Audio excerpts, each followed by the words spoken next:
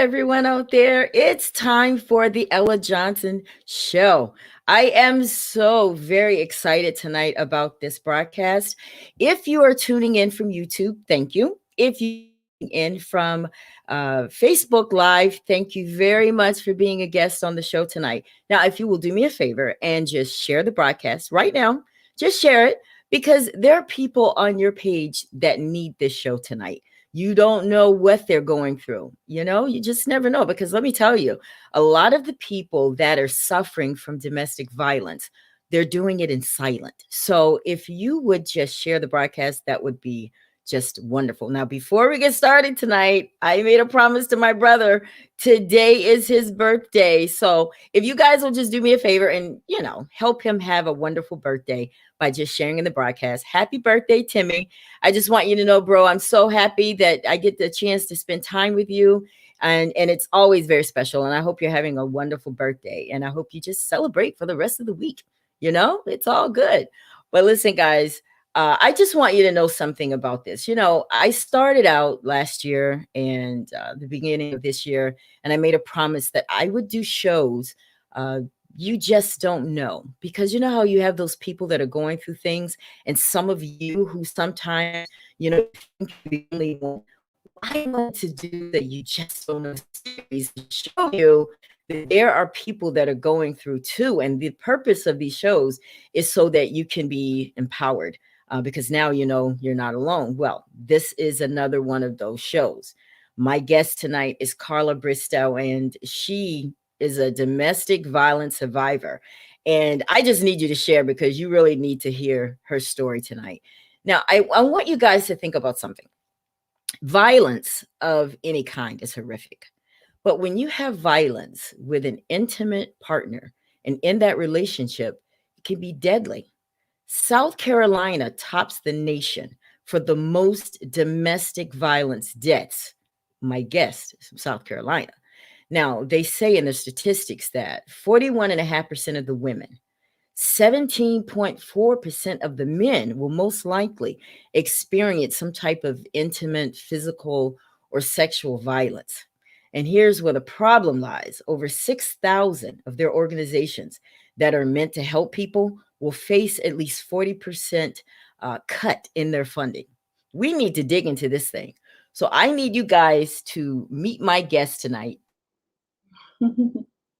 And she is Bristow. She's just such a beautiful person inside and out. And the thing that's so amazing about you, Carla, is I've never had a guest that was just so excited. Like the first thing you said tonight when we talked, but in the back studio, you were like, "I'm so excited." But I'm glad that you have that excitement, because people really do need to know your story. Now, let's tell everybody that's watching it's just a little about you. Carla is a mother of 3. Keegan, Daly, and Georgia. Yeah. Hi, I met them before the show. Just beautiful. Carla is also a recent graduate of the University of Georgia. She was in the paralegal program there. She also has a culinary degree from the Culinary Institute of Charleston, which is why she loves to cook. But she's also a mentor to other women who are going through this. And later in the broadcast, she's going to talk to us about her project, the Sparrow Project, her podcast that's coming up. So welcome to the Ella Johnson Show, Carla. Thank you. Thank you so much for having me. Well, listen, you're doing a good thing here. And before we do anything or say anything else, I just want to give God the praise for your life. Yes. Because it is by the grace of God that you're here tonight to tell your story, to help other people. So let's just start there. Yes. Because that's very important. Now, like I said in the introduction there, I talked about how things are pretty tough over there in South Carolina because they have the most deaths for domestic violence. And you're part of that statistic. Yes. Now, for starters, just tell us, who is it that was your abuser? So my abuser was my second husband, and we were not even really together that long. It took me longer to divorce him than I was actually with him in a marriage. Basically, we were together long enough to have 2 babies. So Okay. it was a very quick relationship, but it was, the lasting effects of it, the trauma, all of it, it lasts forever. So and he's someone who is no longer anywhere in our life. And he came in really quickly and he left really quickly. So, or not, he didn't leave Wow. really quickly, but now it's like, it's one of those You had things. to get him up. You had to get him up out of there, I had is to get what him you had to do. out of here. Yeah. Yes, not, yes. not easy to do. It wasn't easy. Well, we're going to talk about that. Take us back to the first time that you tell us a little bit about him first. Not a lot, because we're not going to make this about him, but just tell us a little bit about him and then tell me the first time you noticed that he was just a little different. I'm going to turn my volume a tiny bit. It's really interesting because when we think about abusers, when we think about, these like bad people, we have this image in our head, and he was not that at all. I met him at work. It's not, I didn't meet him at a bar. I didn't meet him on a dating app. I met him at work. And at the time, I was working for a very, very affluent retirement community here in Charleston. And we were having basically one of our restaurants rebuilt. And he was the superintendent on that job. So it was a fairly large construction company, and it turns out he hadn't actually been with that company very long at all. So that's how I met him. We ended up working a good bit on, just logistics, designs, things like that, and it was very, very quick. It was a very weird time of my life. I was 31 years old. Professionally, I was not happy at all. I had been in Charleston for a really long time, and I was really kind of burnt out. And so I was vulnerable, and I met him, and he wasn't someone I would typically date. I wasn't immediately attracted to him. It wasn't like this, oh my gosh.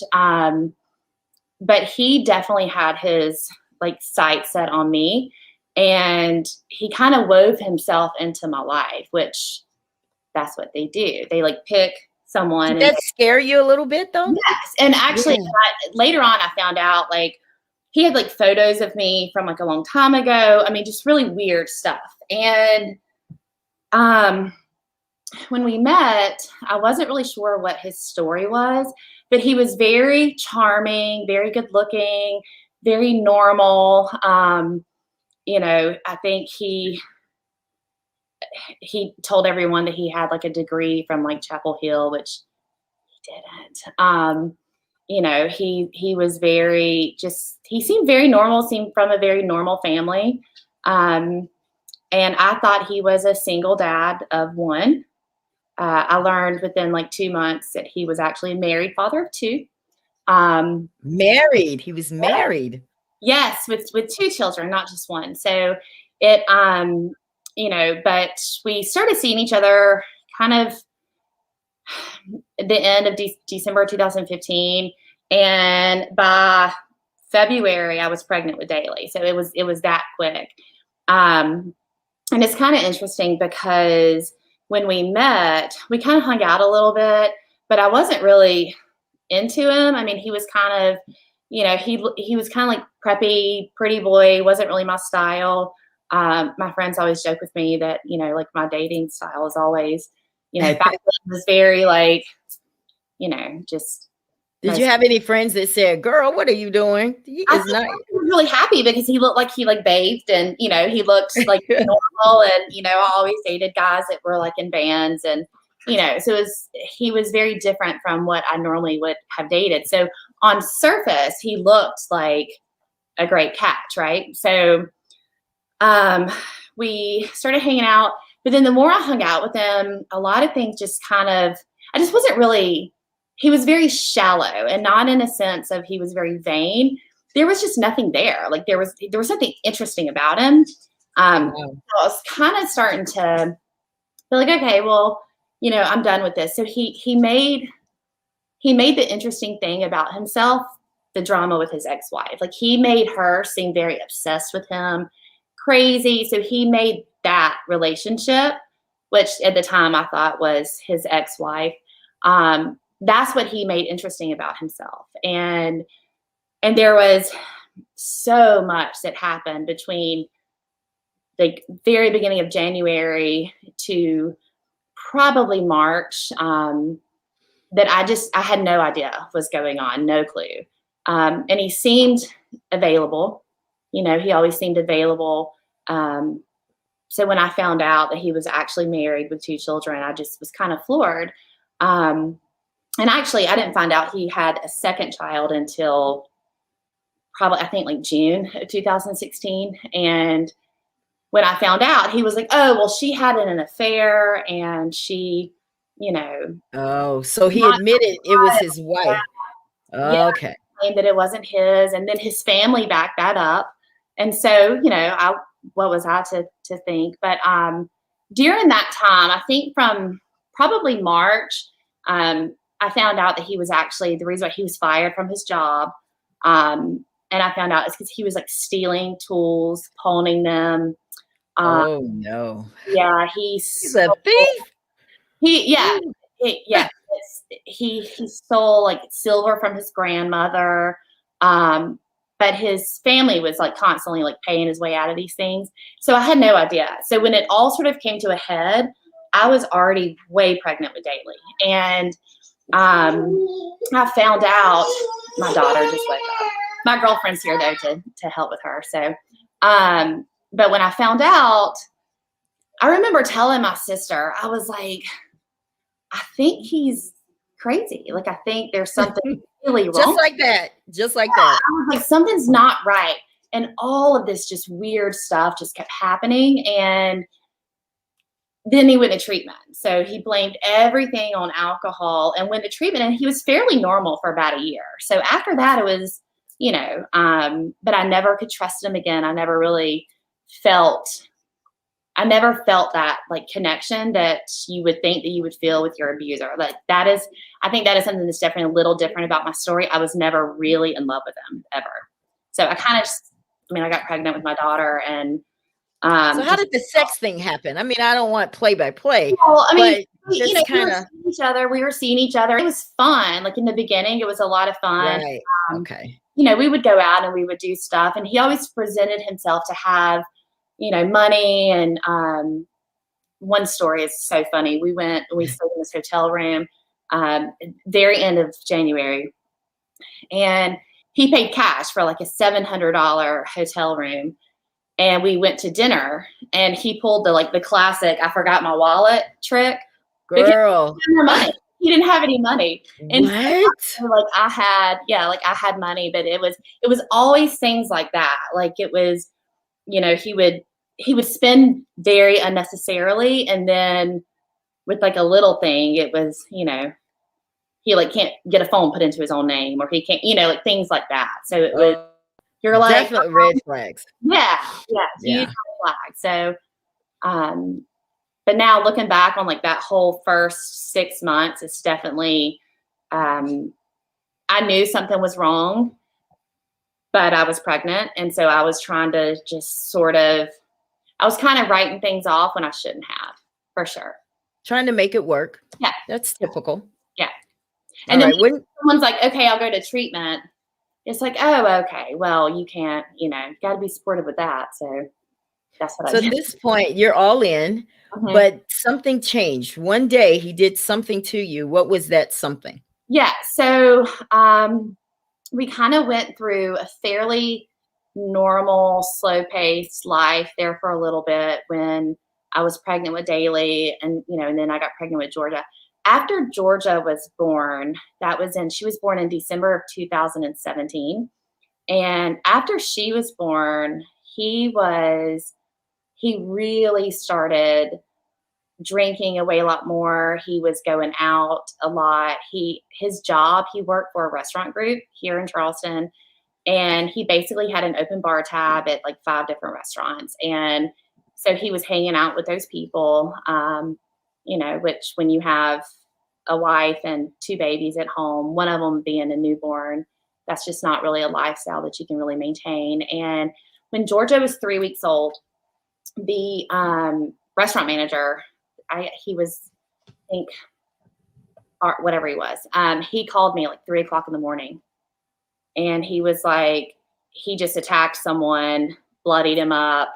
We have to get him out of here. So that was like the first. There was always hints of violence around, but that was the first time he was openly, insanely violent on someone else that I What really did you knew about. What did you think when you heard that? What was your first Mortified. thought? I was mortified. I was embarrassed. You know, I have a 3-week-old like on my boob, 3:00 in the morning. I'm breastfeeding, and you know, I'm like getting this phone call. Your drunk husband just pummeled, and it wasn't just any person that he attacked. It was one of my best friend's husbands who went to go and get him because he was already so drunk. So, Oh, wow. and they're like, the only reason why we didn't call the police was because of you. And now looking back, I'm like, I wish you would have called, but you know, but I got it. But so that was after that, I think I was done. That was, I mean, that happened the first week of January in 2018, and I just checked out. Right. From there, it got significantly worse because he felt that checkout, and he just continued to do whatever he wanted to do on the side, but was way more demanding with me, of me paying him attention, sex. You know, he was starting to get more and more verbally aggressive towards me, and So he was demanding sex from you? he was very demanding. Yeah, he was very Yeah. like, well, you know, you're my wife, so you should do this with me. And you know, and that is always a very normal habit of abusers. They Mhm. feel very entitled. They're always very entitled. So how dare you say no? It doesn't matter that you have a toddler and a newborn and you've been breastfeeding all day and you have spit up in your hair, and you know, they don't care. They don't care at It's all. about that control. Yeah, it's Yeah. all about control. So when they feel that they're starting to lose that control, they definitely they become very just demanding, aggressive, entitled, just sort of unhinged a little bit. Yeah. And because that's the biggest thing, is they want control, and they want you to worship them because you're lucky to be with them. That's in their brain, you're lucky to be with them. Right, that's how he started it out with you. Now, when was the first time he did something to you personally? We had just moved into a new house in May of 2018. And the house that we lived in when we met, I owned. I bought myself. Mhm. So I already owned it when he and I met, and it was a very small, like bungalow house in a neighborhood here. And so obviously with 2 new babies and then my son, we outgrew that very quickly. And so we moved, and we had just moved into a new house. And the week after we closed on our house, it was like June 1st, and I'll never, ever, ever forget it. It was like 4:30 in the afternoon. Um, I was home with my daughters, and I had to pick my son up from school by 6. And I was like, "Where are you?" Because he was going to stay with the girls. He pulled up in the driveway, and he was hammered, Mm. hammered, hammered, hammered. And he had been, I guess, drinking all day. He called out of work. He actually told his job that his mom had a heart attack. I went back through and looked through his text messages that day. He said his mom had had a heart attack from helping us move. So, but he got out of the truck, and we're brand new in this neighborhood, a weekend, and it's 5:00. Everybody's getting home from work, and he falls out of his truck, and I am mortified. I can't even open the front door to like try to get him in because I'm so embarrassed. And so he Wow. finally gets in, and he starts vomiting everywhere. And Oh, I have at that point a 6, 7 month old, and then a toddler. And I had to pick up my son from school, and I'm like, oh my God, like, what do I do? What do I do? And I finally got him to just like pass out. And I left and I went and got my child and I put all the kids to bed that night. And he had been passed out on the bathroom floor. And that night he woke up drunk and just in a complete rage. And that was the first night that I was actually really scared. I was like, he's going to do something. What was he doing? What was he saying? Punching everything. He kept taking my phone. That's always, if they're trying to take your phone, that is a huge, huge. The amount of iPhones I have had in the past, you know, the 2.5 years I was in a house with him is unreal. But he was going through my things, and probably because, you know, he was accusing me of things, and it's typically that's because that's what they're doing. Mm-hmm. So, you know, he's like, well, he was always trying to justify any behavior that he had by blaming me for it. So that was the first time that I had really thought about, okay, he could hurt me. And that was in June of 2018. From that night, it progressively just got worse. And later on, about probably 3 months later, I actually found out the reason why he was in such a drunken stupor that day. Because he actually forged my signature on his truck title and pawned his truck title. And so he knew he had just committed this huge, huge lie. And so drinking and being belligerent was his way of justifying his behavior. And when you're in therapy and you're like trying to figure out why they act the way that they act and their reactions to things, it's like they're going to be horrible to you because they're going to justify this thing that they just did behind your back. So they're going to make you the bad guy, right? So that's kind of how. So when he's belligerent like that, what are you doing? Are you just like, listen, shut up, don't talk to me, go to sleep it off? I mean, what are you saying? Normally, in the beginning, I was very like, there's kids here, the babies are here, let's just go to bed. It was always about trying to pacify the behavior, right? So that I was always trying to pacify his behavior and just get him to calm down. That was my way of life, even after I left him. It was always just trying to get him to calm down. And that was always such a task. I'm sure. sure I've ever had in my life was trying to get this idiot grown man to like sit down and shut up. But did he hit you when he's upset like that? No, he did not hit me that night. And the first time he ever got physical with me was after my birthday of 2018. The night before my birthday, we were supposed to go home to Georgia and stay with my sister and go see some friends. And he had gone out the night before, stayed out all night. And so the morning that we were supposed to get up and leave, I just packed the kids up. He was drunk still, probably didn't get home until 7 a.m. I packed the kids up and I just left. And I was like, I don't need you to go with me. You're going to ruin the weekend anyway. So I just left.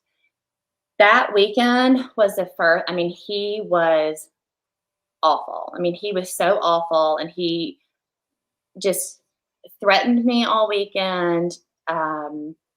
By saying what? What did he say? He was gonna come to Georgia. He was going to kill me. He was going to beat me. He started calling like any and everybody in my life, any guy I had ever dated. He would, contacted them, threatened violence on them. I mean, just crazy, just stuff, just that makes absolutely zero sense. And it's because because he's done things that he shouldn't have been doing. So they project that onto you. And so did you believe him? Did you believe him when he said he would kill you? Yes, I did. I remember the whole time I'm at my sister's house, and Tracy, who's watching. So my Tracy is like, she's bless her heart. She has like watched every single bit of this and watched me go through this, and it has been awful. So, I was at her house that weekend, and I just wasn't normal, and I was keeping it all to myself. And up until that point, I had never told anyone. And his threats, his just badgering, the way that he treated me, the text, just the constant, just bulldozing of texts that he would send out. finally that weekend, my sister was like, what is wrong with you? And I was like, I showed her my phone and I was like, I cannot take this anymore. And I looked at her and I was like, I pray to God every day that he will take him out of my life. I don't care how. I don't care if he chokes on a chicken bone. I don't care if he gets hit by a bus. I don't care if he meets Heidi Klum and runs off with her into the sunset. Just get him out of my life.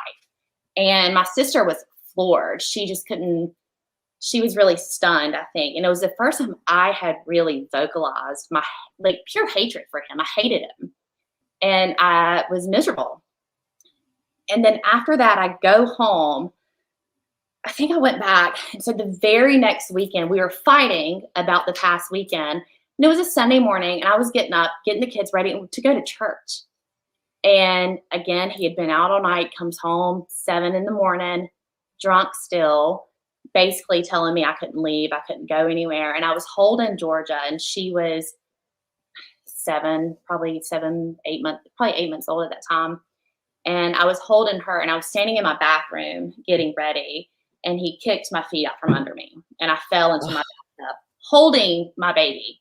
Oh, That was the first time that he had ever really gotten violent with me. And he kept saying, give her to me so I can hit you. Give her to me so I can hit you. And I was stunned. I mean, I could not believe what I was hearing. And he grabbed Did the baby get hurt? No, not at all. Okay, good. Fine. I mean, I had her like cradled, and Good. she was fine. I just like fell back in my tub. And I was holding my phone, and he grabbed my phone and he smashed it on our stair rail and like right outside of our bedroom door. So I couldn't call anyone, and he just completely shattered it. And after that, it was just never the same again. That's when I really started trying to get my ducks in a row and figure out what in the hell I was going to do, because I was like, I got to get out of here. Did you ever think about, I know this, you probably don't want to answer this and you probably shouldn't, but did you ever think about like, I want to kill him? I just wish you were dead. Like I mean, you might not want to admit it, but you know, we're here now. I have like wished that he were taken off of this earth in any way whatsoever. I hear you. Yes, okay. That is definitely, I'm like, good gosh, I don't care how it happens. I mean, so now that you realize you want him out, what was your plan? What did you start doing at this point? I started talking to my sister, my mom. I really kind of started letting them on what was going on. At that point, it had been 2 years, and no one knew what was really happening. He had been verbally abusive the whole entire time. That's when it started to kind of get physical and manipulative. He was so manipulating. Like, I mean, he just, and I say all this, like, he could go to a steakhouse and convince them that they were a seafood restaurant. Like, he was so good at manipulating perception. He was wow, great. Wow. Yeah, and so you start to feel crazy yourself. You're like, I can imagine. So tell us about the hostage situation. Oh yeah, that's what I want to hear about. Let's talk about that. So that actually, I left in 2018. So I basically had to, he attacked me. That was the first time I'd ever called the police, was in September of 2018. So from there, that was the first big attack.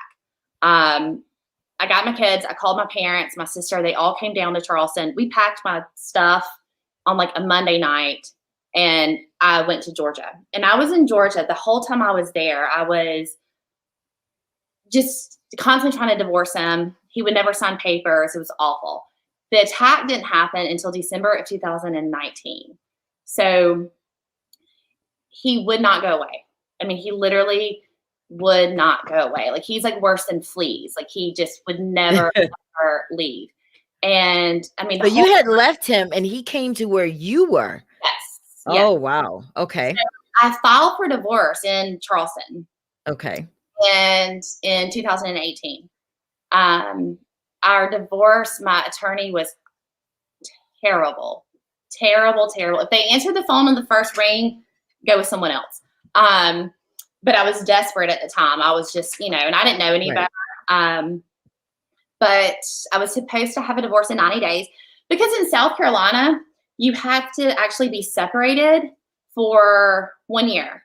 Or you can have an at-fault divorce, and you have 4 stipulations. It can be habitual drunkenness, abusive behavior, adultery, or abandonment. So he hit 3 out of the 4, right? So Yeah. I should have been done with him in 90 days. However, it just drug out for the longest time. My lawyer didn't actually even file it until April of 2019. From there, and there had been some weirdness between when I left Charleston and then when the divorce was filed. His dad had passed away. So, I had kind of tried to help him through that a little bit, trying to normalize and bring him down to earth a little bit and be like, okay, we can be normal. Like, this is a big, hard time for you. Let's try to make this easy. Even things like that, it was still too difficult for him to even deal with. Meanwhile, he's living with someone else, right? I mean, he's totally, trying to have a baby with someone else. Oh, wow. Yeah, and claiming that he's divorced and all this stuff. So in April of 2019, my attorney finally files for the divorce, and they can't get a court date until July 26th or June 26th of 2019. And she never entered any of the visitation stipulations. Basically he was going to get the kids every other weekend, holidays. It was going to be completely normal. And I was like, hell no, that's not going to happen. Good for you. Yeah. So from there, I withdrew the divorce, and we had a conversation, and I was like, come here, I wouldn't like come here, but he was like, I'm coming there. And I was like, if you're going to come here, go to treatment. So basically I signed a deal with the devil. That's kind of how I was just going to say that, because you withdrew the divorce because you just didn't want to lose the kids. And I didn't want him to have access to the kids. That was my big thing. And once in South Carolina, once that's filed, you have so much time to change what the judge is going to sign off on. And we didn't have that time. So my only option was to either go through with it or withdraw it. And so I withdrew it, because once that judgment is made, it's really hard to get that overturned. Gotcha. So I withdrew it, and then I was just going to file in Georgia where I was. So I wasn't in South Carolina anymore. Right. So he came to Georgia because he was coming hell or high water. It didn't matter, what I said. So he was supposed to go to treatment, which never happened. And he got a job where I was, and it was terrible. He was around constantly. He was not doing the things he was supposed to do. I was trying to control the access that he had to my kids. That was my biggest concern, was controlling his access. So from there, I would let him be a part of their life, put them down for bed at night, try to be somewhat of a dad, hoping the whole time. My goal was to get him to sign papers, because he would never sign papers. So the whole time he's in this little town with me in Georgia, and I'm just trying to get him to sign papers. And I kept telling people, I kept telling my sister, I have a plan. He's not back. He's not here. I have a plan. And I never mentioned to anyone outside of my immediate friends and family that we were even separated. No one knew. I did not talk about our relationship at all. Were you embarrassed, or you were afraid what they would do? I was mortified. Right. So from there, the more I pushed the divorce papers in Georgia, because Georgia can get divorced like that. It's really easy. The more I pushed them, the more violent he got. And so from 2018 to the final attack where I was held hostage in 2019 in December, I had 7 police reports. They were Now all. take us back to the hostage, because I know that people want to hear about that. What led to that situation? What caused him to hold you at hostage? So that whole kind of leading up to that, it progressively got worse. So that night, it was a Monday night. It was December 9th of 2019. I put my kids to bed. He had helped put the kids to bed. I had cooked dinner. And he had laundry going or something. And he was sitting outside. He had been drinking. And he was like, come sit out with me, have a glass of wine with me.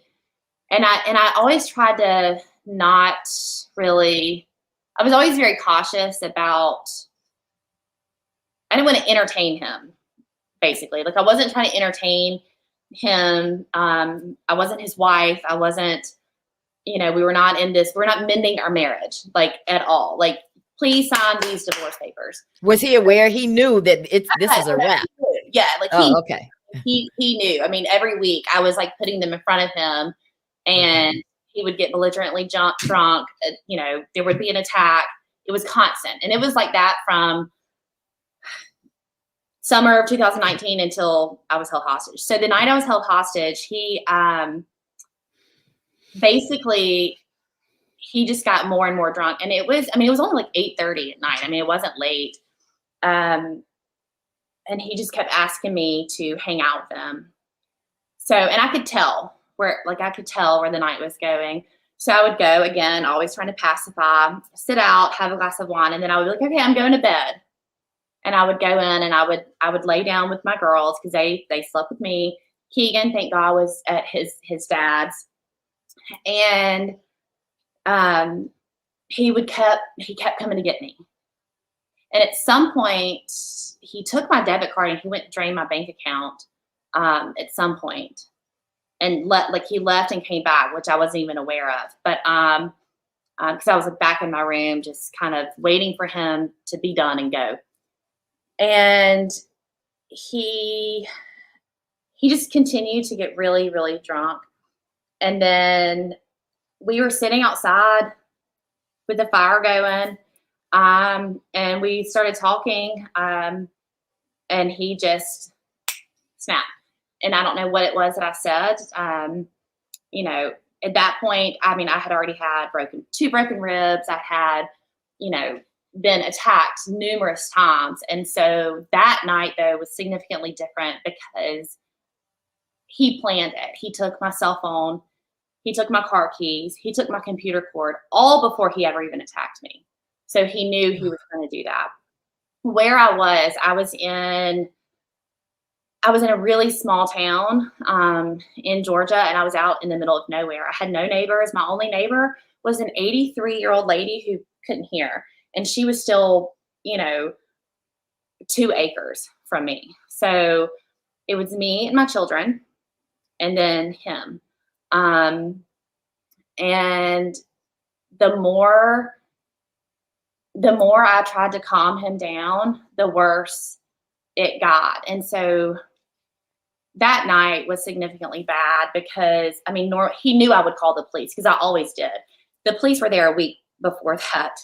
I'd called the police a week before that, and they didn't arrest him. So they did not arrest him. No, nor would they make him leave. They also didn't make him leave. They said that because we are married. And I was like, he doesn't live here. His name's not on the lease. We've been estranged for a year and a half. I have 2 kids in the house, and I have so many police reports, and they would not make him leave.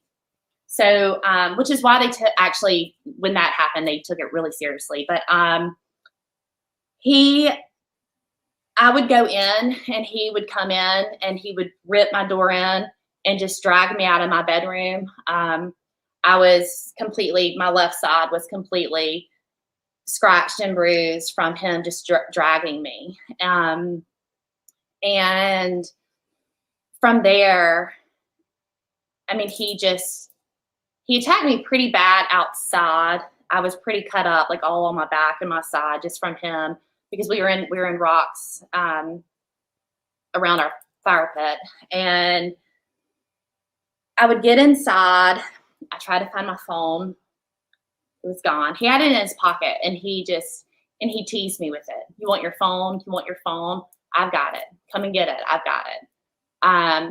He took my computer cord, my car keys, and there was nowhere for me to go. I mean, there was no neighbor to run to. There was nowhere for me to go. Did you think that this was going to be the night? Yeah, this is it? Yeah, I knew it. That attack was really, really bad. The beating was really bad, but it was the worst thing. My daughters woke up. So I kept going back to my bedroom, and I would lock my door. I would try to jam myself into my bedroom, and he would beat through it. And he is, at the time, I mean, I was tiny. I was just from stress. I mean, I was skin and bones. And so I was nothing.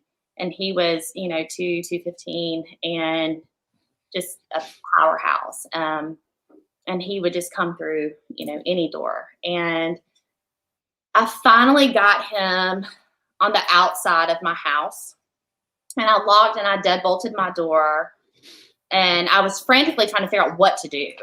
And I didn't know what to do. And I was like, do I get a knife? I mean, I didn't have anything. So I didn't have access to anything. And I was like, I don't know if you've heard Dax Shepard's podcast, Armchair Expert. One of his very first episodes, he had his mom on, who had a very abusive husband.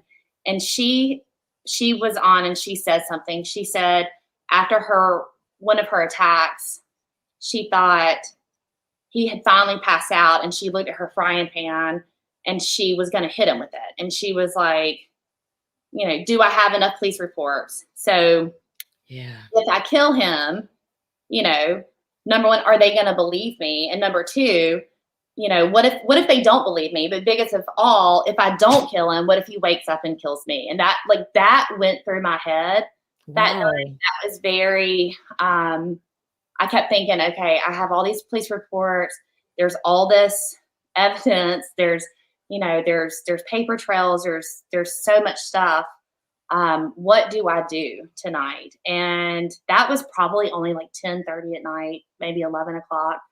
It went on. He kicked in my door, like my outside deadbolted door, completely kicked it in.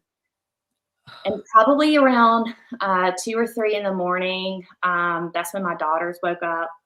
And I mean, the beating had just been going all night, and he would just drag me around like a rag doll, like, just, it was awful. And Daly, who's now 4, woke up, and she was 3. She was only 3 at the time. She just turned 3. And I was holding her, and he grabbed her from me, and she was terrified. She was screaming for me. She was terrified. And Georgia woke up. Georgia was screaming, and he made me put on lingerie. He kept saying, "Your mommy's a whore. Tell your mommy she's a whore." And they're babies. They are babies, and would make them repeat these things. And just, he wanted to humiliate me. And that was his goal, was to just humiliate me. And I knew that night that was it. I was like, I'm not going to make it through this night. And I mean, he had ran over me with a truck by that point, like months prior to this. I mean, and I just knew, like, none of that stuff got me. This was going to get me. Like, this was it. And I kept thinking of like this plan that I had, because I kept telling my sister and my mom, I was like, I had this plan that I've been telling them for months. I was like, I'm going to get out of here. And I knew that he would do something so horrendous to where he would never have access to us again. But I was just praying that I survived it. And I knew that night was it. I knew that night was that moment. And he held me there until probably 7 a.m. And then he was like, okay, I got to go to work. He passed out for a little bit. And And I mean, he did a lot of other really horrendous things all night, but he passed out for about an hour and then woke up and he was like, all right, I got to go to work. I'll see you this afternoon. I'll come by and fix your door. Like nothing happened. Like nothing had happened. Did he make you have sex with him that night? Yes, yes. And it took me a really long time to be able to even say that out loud. It probably wasn't even until September of this year that I could even say that out loud. That was awful. I'm sure. Because, Oh, yeah. and I'll never, he had my phone like in his hands the whole time. And he kept just teasing me with it. You want to call somebody? You want to call the police? Because I'd always called before. I mean, I was really, and even now I'm like, I will call the police. I'm a huge advocate for calling the police. So yeah, I am definitely with you there. yeah. So, oh my gosh, I don't think I was breathing the whole time you were talking about that night. Yeah, it was really terrible. And I'm sure. He treated me, you know how like a cat, when they get a lizard in the yard and they just pinball it back and forth until it's just dead. Yeah. That's what he did to me that night. I mean, he just tossed So me. you're mentally drained, you're physically drained at this point.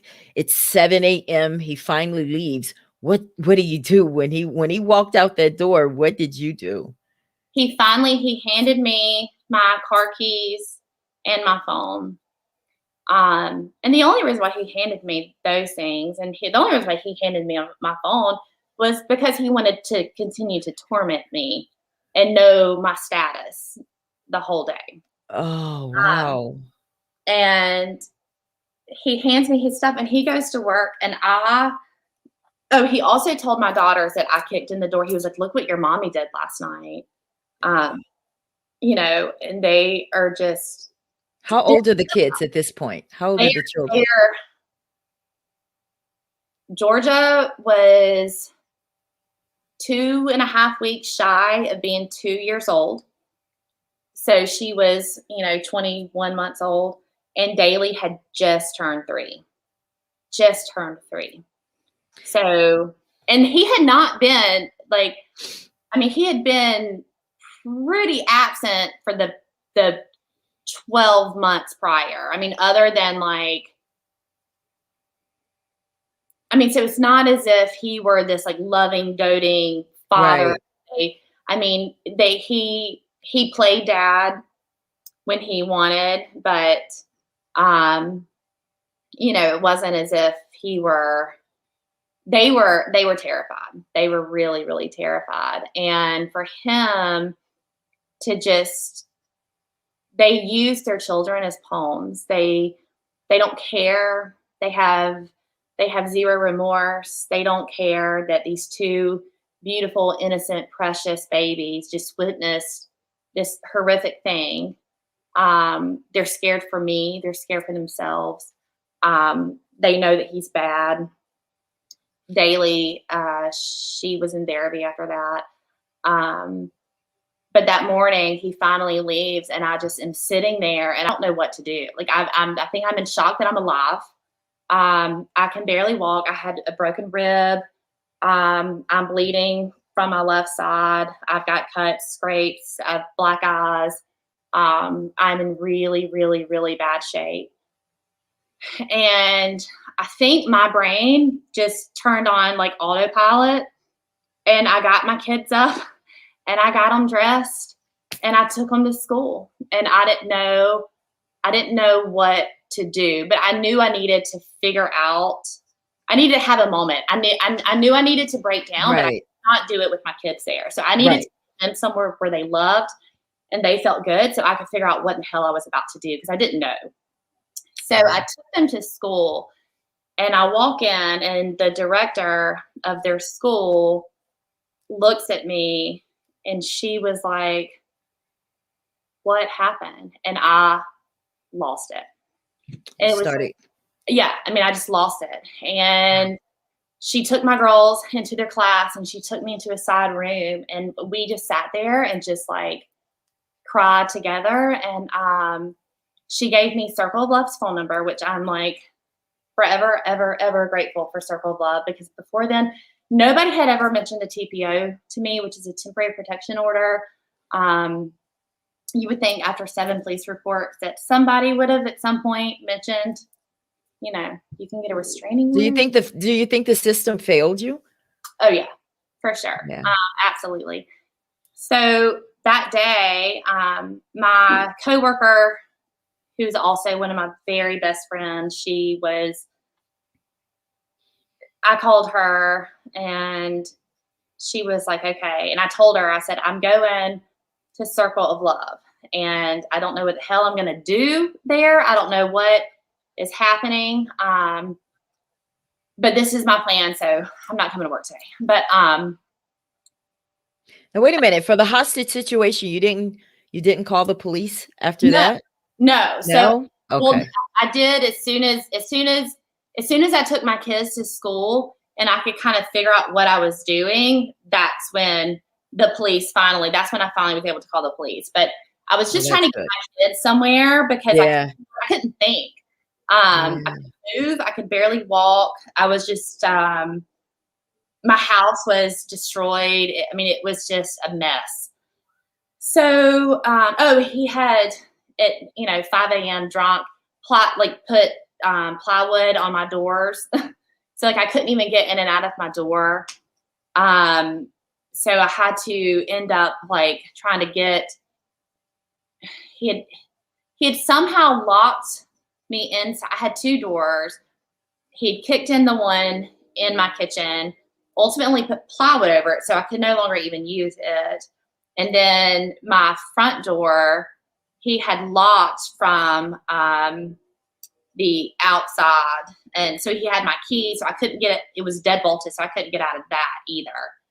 And so I finally that morning was able to get out of my door. Like he opened it, locked it back, and left. And he still had he had my key. He took my house key.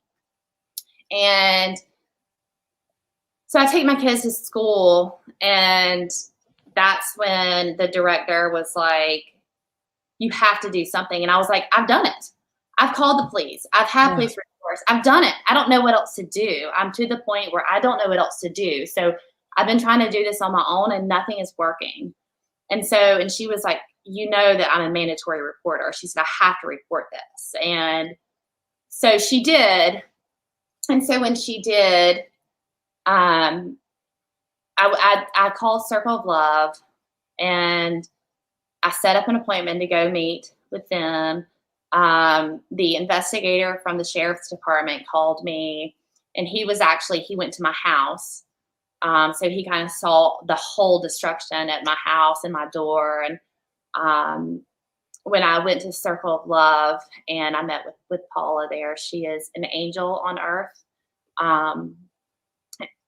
That's the first day that felt hope. Well, she was like, you are a victim of domestic violence. And it was the first time I had ever considered that. I had never thought that before, ever. Wow. After everything, I had never thought that. And at that point, it had been 2 years of just craziness. And how did that feel to hear that you're a victim of domestic violence? Like, I just always thought he was crazy. I always thought he was crazy. He's crazy. Something's wrong with him. He's a sociopath. He's a narcissist. Like, I just always thought he was crazy. And I never considered myself a victim of domestic violence ever until that day. And it just hit me like a ton of bricks. And so that was the first day I was like, oh shit. Yeah. It was it got real at that point. Yeah, it got real. Yeah. It got very real. So she wrote the TPO for me. I took it to the courthouse and it was granted, obviously. And I remember the judge was like, you do that to your face. And so of course there was like a manhunt for him. They were looking for him everywhere. Wow. And they arrested him at my daughter's school. He tried to pick them up from school. Wow. So he did. So oh my God, that's just so much. I want to go back to something because you mentioned that he ran over you with his car. Yes, that Oh happened. my God. Yeah, that happened in July of 2019. Basically, he was supposed to go to treatment. He didn't. And instead, he was doing all these other things that he wasn't supposed to be doing. Um, he forever is stealing money. So it doesn't matter. Like, I mean, the whole time we were even together, like, even when we were like, when I was like pregnant with Daly, like my curling iron would go missing, and I'd be like, he has pawned my curling iron. Like, I was like, you know, Not the curling iron. I like never trusted him with. Oh my gosh. Yeah. So I mean, I had found out all this other, and that was the thing. The whole time, I left this guy in 2018. I mean, I had been trying to get away from him for the longest time, and he would just never go away. But the whole time, I kept finding out more and more and more and more stuff. And it was like every time I thought there can be nothing else, I would find out something equally as crazy. I mean, just nuts. I mean, the stories are just, which is why I'm like. Now let's talk about this, because we have people that are watching this broadcast. Hopefully a lot of people will share this broadcast, because we're trying to reach people that find themselves in this type of situation. You hit a lot of important things that a lot of people are probably wondering about. Like when you said that right then, when you wanted him dead, that's normal. I wanted him dead, and I've never met him. So I can understand how you would. But you talked about how at that moment when you were fighting for your life, or you felt like you had to fight for your life, you didn't know if you would be cleared if you killed him. Right. I'm sure you're all very familiar with like Nikki Adamando in New York State right now. That happens constantly. Proven victims are constantly sentenced to life in prison, and it is straight up self-defense, and that is something that goes through your head constantly. That was always in the back of my mind, always. And which he never seemed to care. You know, he wasn't afraid of anything, it seems like. Yeah, he was not afraid of anything, ever. Wow. Ever. He was never afraid of anything. And very, very entitled, untouchable, very narcissistic. He was just had a God complex always. And now he's in jail. Is he in jail still, or? No, he was released. So he this and all, I mean, all of it's kind of nuts, but they arrested him that day, December 10th, the night after I was held hostage. They arrested him at my daughter's school, 5 o'clock pickup in a very small town. Awesome. All the parents are around, and I'm like on the phone with the investigator going, he's pulling in, and they like swoop in. I'm on the phone with the director. She's like pretending like she's not talking to me. He's like in the lobby, and they come in and they get him. And, oh wow! Yeah, it was like out of a movie. And with Carla, what did they charge him with? Initially, they charged him with 2 counts of child endangerment, criminal trespass, and battery. Guess what? Those are all misdemeanors. Oh. All misdemeanors. So I was devastated. And I did not think, I was like, why wasn't he charged with rape? Why wasn't he charged with holding me against my will? Why wasn't he charged with attempted murder? Like you have to like, you're like, why wasn't he charged with all these things? And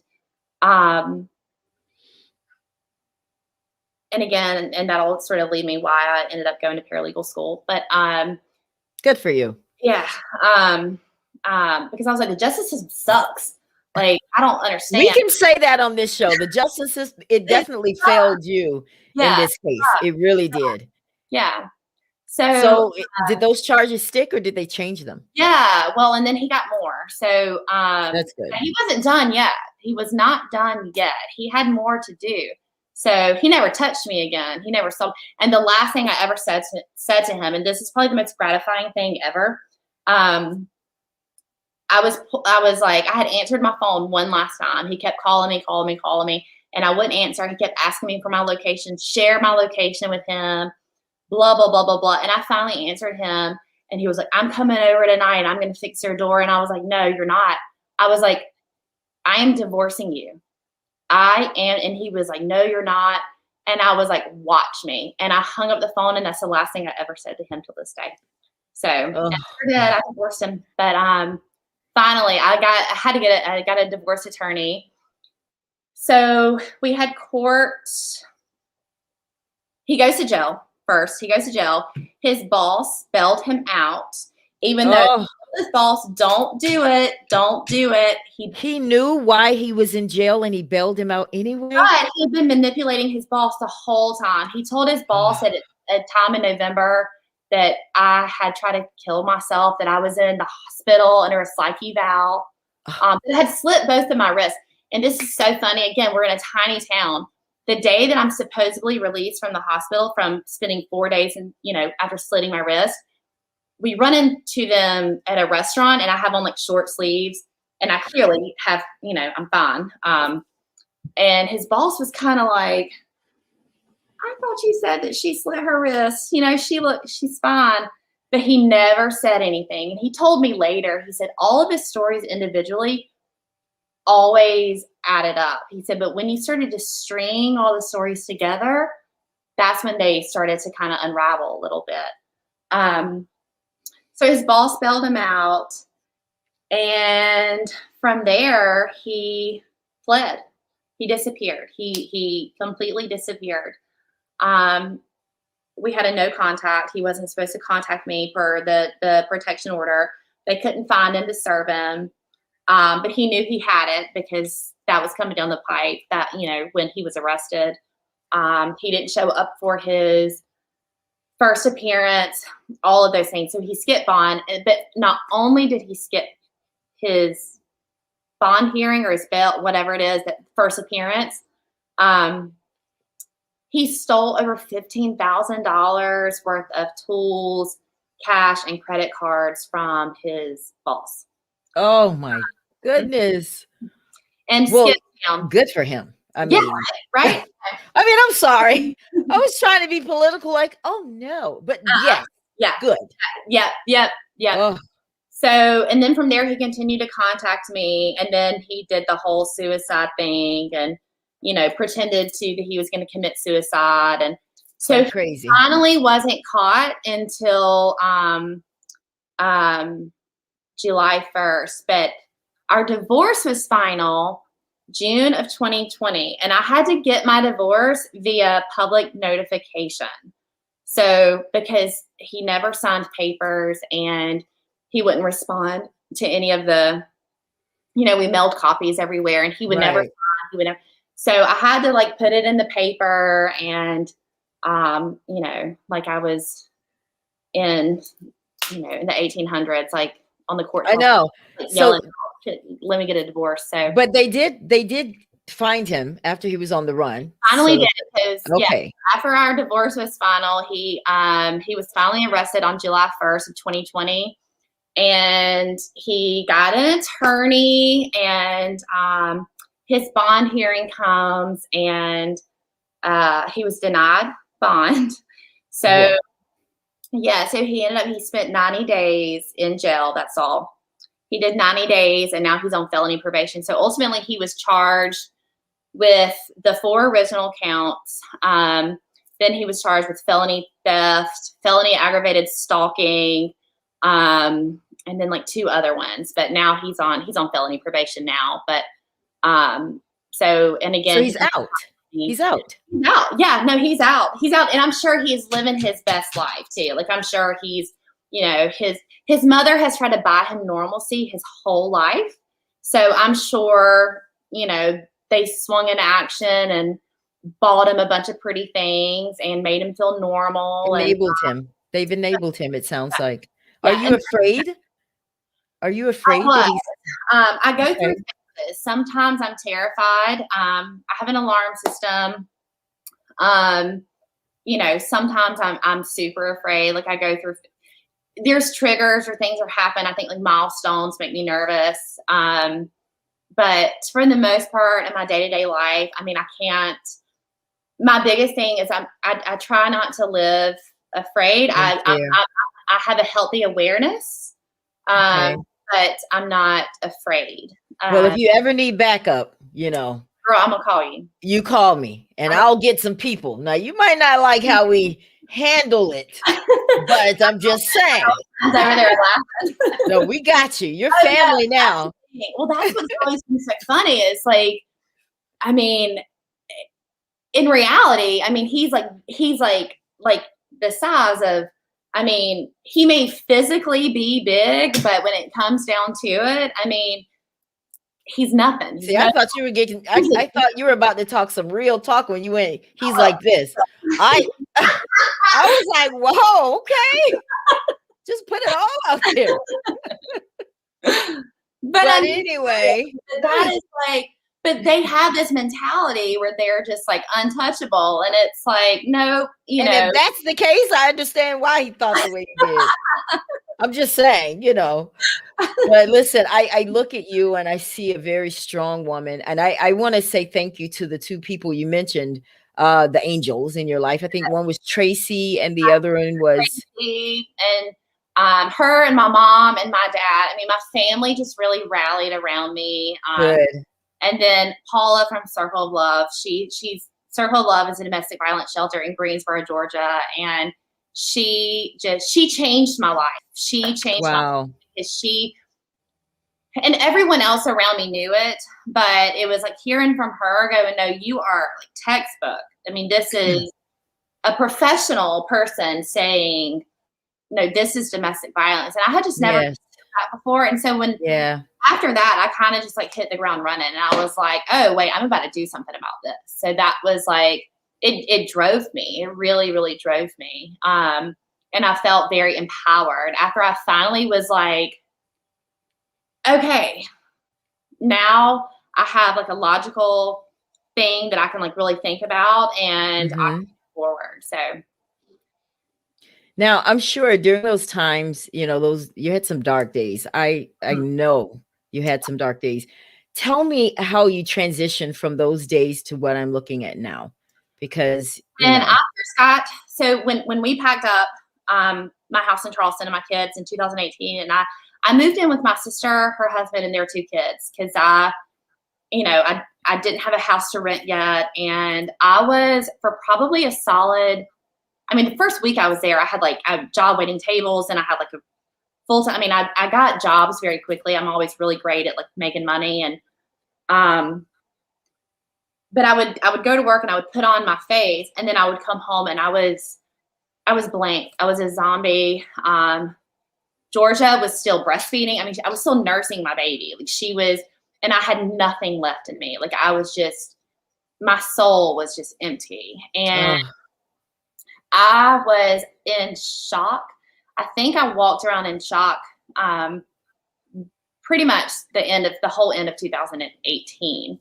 After that, I kept just dealing with him, and I would come and go in waves. And then finally, after I finally got him out and he could not harass me anymore, and this is why I always tell women that a protection order is so important, because even if they leave you alone for a day, 2 days, 3 days, the longer that they leave you alone, like the more energy you gain. And the more, when they do contact you, the more energy you have to not reply back. And, and I was lucky because I hated him. Most women do not have that luxury. They love their abusers. I didn't. So I wanted him gone. And a lot of women need that time to really kind of heal. And for me, it was like once I was able to breathe, it's like I hadn't taken a breath in a year and a half because he constantly, I would block them, and then I would get 65 phone calls from a no caller ID phone number, and I'd get 40 emails. I would get, like whatever it was. And my dog's like, Hi. What's the dog's name? We didn't introduce him or her. His name is Rowdy. Hi. He's trying to drink my Shiraz, and he can't have it. No, you can't have it. Go. But it took me a while to sort of get to that space where I felt like I could breathe. I finally felt like I took a breath, which I had just not done. And the more I did, and then I started working with women, I would talk to Paula more.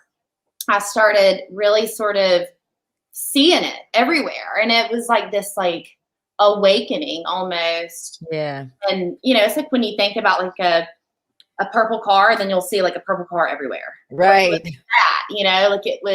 I just started seeing all these instances, and I was like, okay, this is who you got to call, and this is what you got to do. And it sort of naturally took its own path of, kind of turning into starting to do some advocacy work and things like that. So you've been doing a lot of advocacy work. That's awesome. I want you to look into your camera, and I want you to talk to the women from your heart who are suffering in silence, because there's so many women, for some reason, just like you said, they're ashamed, or their abuser has threatened to kill them, or someone in the family. I want you to speak to those women right now, or men, because men suffer from domestic violence as well. Tell them what they need to do after watching this broadcast. The biggest thing that you can do is definitely document everything. Even I had a private email address that he did not know existed. I would screenshot text messages and send it, that he would send me violent text messages, bruises, any sort of photos that I had, I would take them and I would email them to my private email address, and I would erase it all off of my phone. Document every single thing that you can. And then, as scary as it is, call the police. And I always am telling women, every single report counts. Every report counts. And that's the biggest thing, is making sure that you have those reports on record, because so often we hear of women who finally one night they fight back, and they shoot their abuser, and they're hauled off to prison for murder because it's like, well, she was abused, but there was no proof of it. There's no proof of it. And that's, I think, every abuser or every victim's biggest fear, because that is real. That is very, very, very real. And even if it's just one person, let them know what's going on. And to the people who think that someone who's being abused, don't stop checking on them. That's yes. Abusers' biggest thing is they want to isolate you as much as they possibly can. So don't stop checking on someone. I was really lucky. I had huge supporters in my life that knew something was wrong, and I mean, it's funny. Even my girlfriend who's here tonight, I would text her because I always thought my phone was bugged, and I'm like, yeah, he's doing great, he's behaving, and then I'd get to work and call on my personal, on my work phone, and be like, I hate him. If he does not sign these papers, I just need him to sign these papers. I did that all the time. Try to find someone in your life that you can be honest with. That's the biggest thing, because I never told anyone. I mean, I hid everything for a really, really long time. And then finally, when I told my sister, there was no, ain't nobody going to hold you accountable like your sister. So, she was like, I mean, her and my mom were just terrified for me. So, but then after, and I will say this, I was really, really lucky. After he went on the run, my dad actually moved in with me for a while. So that was good. So he was there with me until I moved back to Charleston. So I moved back to Charleston in August of 2020. So, So you're there and you're doing your thing now. Tell us a little bit about what you are doing now before we get out of here. Like I mentioned, I did go through the paralegal program at University of Georgia. And I work for a nonprofit now. I don't do advocacy work for my full-time job during the day. I still do a lot of like, kind of like social work type stuff. And I'm professionally, I'm very, very happy. I've been in food and bev my whole entire life. So this is my first time not working in food and bev, but I am a part of a couple different organizations for victims, and I mentor a lot of women, and we have a couple of different opportunities. Like if you are someone who you are being abused, and we have found this group of women that I work with all the time who are amazing. Jennifer Knight, who you had on, is one of them. We're part of this group. We have an online meeting, and one thing that I have found locally is that there are no support groups. So in the support groups that do exist, they're domestic violence, drug abuse, sex abuse. There's like, they kind of like roll it all into one versus, and I don't want to take up space from, a sex abuse survivor, or, like it's just not, there's not a lot of programs specifically just for victims of domestic violence. So back up. That's really horrible, because South Carolina is the number one, tops the nation in the most deaths. So you would think the funding would be there. A lot of meetings and a lot of groups, but a lot of like the support groups are, you have drug addiction and domestic violence, or they're not just for, and there may be some that I don't know about, but from what I have found, I haven't found any. Wow. But there are some incredible programs here, though. There's a few here. There's Palmetto Hope Network. Butch Kennedy, he is fantastic. He does a lot of work. He really tries to hold men accountable, which is fantastic. My sister's house is here. So there's a lot of organizations that are here, but sometimes when you're just a DV victim, you don't really want to walk into a support group that has all these other sort of, drug abuse and sex abuse, or, because sounds like you got your work cut out. Sounds like you got your work cut out for you there in South Carolina, huh? Yeah. So that's our goal, is to sort of like create a space. So we're trying to do that online, create a space for women where they can feel comfortable, at home in their bedroom, and absolutely, whatever, and like really have that privacy. A lot of women, we think that they meet this certain stereotype. There is no stereotype for domestic violence victims. They are all over the map. So I'm so glad you said that. There's no stereotype. Victims. So that's a big thing. But just really kind of getting people to talk about it and to be comfortable talking about it. That is, nobody wants to talk about it. It's this dirty little secret that's sort of pushed under the rug. It's a family issue. It's a home issue. We don't talk about that. And we should just be screaming it everywhere that we can. Absolutely. That's what we're trying to do. Absolutely. Well, listen, if you're watching this broadcast and you are in this type of situation, please call the National Domestic Violence Hotline. That number is 1-800-799-SAFE. 1-800-799-SAFE. Now, Carla is a miracle, because that night when she thought she was going to die, I just truly believe that an angel of God just came in and diffused that situation. I really do, Carla, because he knew you would. He knew you'd be on the Ella Johnson show. That's right. So you can help. You have helped so many people. And I want you to take a look at a lot of the comments, because a lot of people were here tonight supporting you. And I just want to say thank you, all of you. I mean, everyone that tuned in. There's too many here for me to just kind of name all of you. But they gave you lots of comments here. So strong, good girl, Alicia says. And Lots of different people. Somebody even said he's a little man. I like you, Linda. Linda Bailey called it. See, she said it. I didn't. But I agree, So, just so many different people here, Carla. So take a look at that. But I want to thank you so much for coming on, because I know it could not have been easy to share this story. The hostage situation just had me, I wasn't breathing here through that process, but you sound so positive. And Thank do you. you hate him?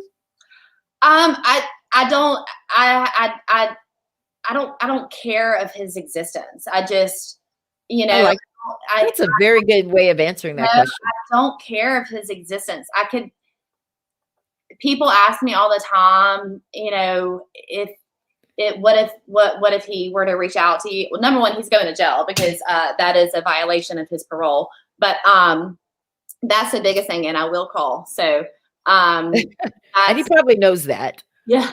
Don't test me, because I will do it. But I just anything to do with him, I just don't even. You're just done. I don't care, because. And sadly, there will be another one and another one and another. Yeah, until he gets some help. Yeah, I mean, he has 4 children on this earth that he's not legally allowed to see. That alone is devastating. So, he has to live with that, and he has to answer to that one day. So, not now, me. One more thing before we get out of here. Who do you credit with the woman that I'm looking at now? Who do you give credit to that? God, of course, because I feel like he definitely pulled me out of that night. That was, and a whole lot of people prayed for me before that night ever even happened. Amen. Awesome. And a whole lot of people still pray for me today. I think my children, absolutely, my family. I have a lot of really, really, really amazing people in my life that just every day just support me and love me and let me talk about it. That has been the biggest thing, is being able to sort of talk about it and not feel like I have to keep it to myself. That's good. That's good. Well, I want to say thank you to all of your friends too. Is there anyone special that you'd like to say something to before we get out of here? Just everyone watching, I really, really appreciate it. I know, like, my sister's watching. I know my mom's watching. Ben is watching. My extended family, all of my close friends. So just thank you all so much for just loving me, because I love you all so much. So thank you. Thank you for having me. Oh, listen, I want you to come back. This is not because, we have to follow up. I want to find out when this little man goes to prison and what. Yeah, it'll happen eventually, I'm sure. Eventually, yeah. Well, we want to definitely talk about it, because violating his probation. And we want to explore a little bit more about these programs and what we're going to do to make things better for other women. Because one thing I don't want is for people watching this broadcast to feel like there's just no hope. We have to create some of these things that we want. And I just want you to know that the Ella Johnson Show is definitely in it. If you ever want to do something and you need my support, I am there. I mean, I will come to South Carolina. I've never been there, but I've never been, but I'm sure there's a plane that'll drop me off. Here. Yeah.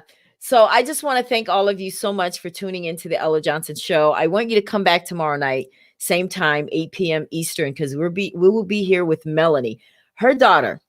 This is an amazing story as well. This is another one of those you just don't know moments. Her daughter was stabbed 20 times because she was pregnant, and her abuser stabbed her because he did not want another man to raise his child. Now, get this. After he abused her and she's pregnant, he goes to jail. He is out. And 19 hours after he's out, he kills her daughter. And Melanie's going to be here tomorrow night to tell their story. I tell you, this stuff is, and I want you to come back tomorrow night and watch us too. Maybe you can share some words of encouragement to her as well. But her daughter has Caitlin's Law that's out there. So she's doing some things to make sure that this doesn't happen to other people. But guys, thank you all so much for tuning in. And I want to leave you guys with a quote tonight. Everything seems impossible until it isn't. You know, that's Nelson Mandela, one of my favorite people, humans in the world. I love that quote. And I want you guys to stay positive. All right. And have a great evening. And I'll see you next time right here on the Ella Johnson Show. We'll see you next time. Good night. Good night.